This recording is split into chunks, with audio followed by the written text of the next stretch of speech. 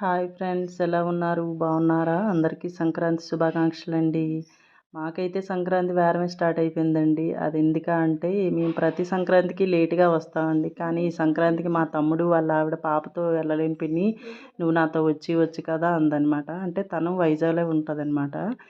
తమ్ముడు అయితే ఇక్కడ లేరు కదండీ! తనొక్కరు రాలేక ఇంకా లగేజీలతో పిన్ని నేనైతే ఎళ్ళలేను. నువ్వు రావచ్చు కదా! ఇంకా ఆ రోజు ఎందుకంటే సరే అని స్టార్ట్ అయిపోయామండి.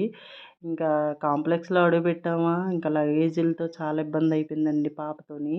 అంటే బస్సులైతే ఖాళీలు లేవండి. సంక్రాంతి అంటే ఇంక అందరూ స్టార్ట్ అవుతారు గదా! ఊర్లంట. అలా చాలా రష్‌గున్నాయండి బస్సులు. ఎలాగోలాగా ఊర్లో అడుగుపెట్టామండి. మా అమ్మ అయితే ఆ పాపకి దిష్టి తీద్దామని తీస్తుంటే ఇంక గోల గోల చేసిందనమాట.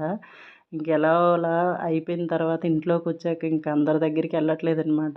ఇంకా చెల్లి వాళ్ళు కూడా ఈరోజే వచ్చేసారనమాట. వాళ్ళు కూడా ఇంకొస్తాండ్రని ఇంకా స్టార్ట్ అయిపోయాము.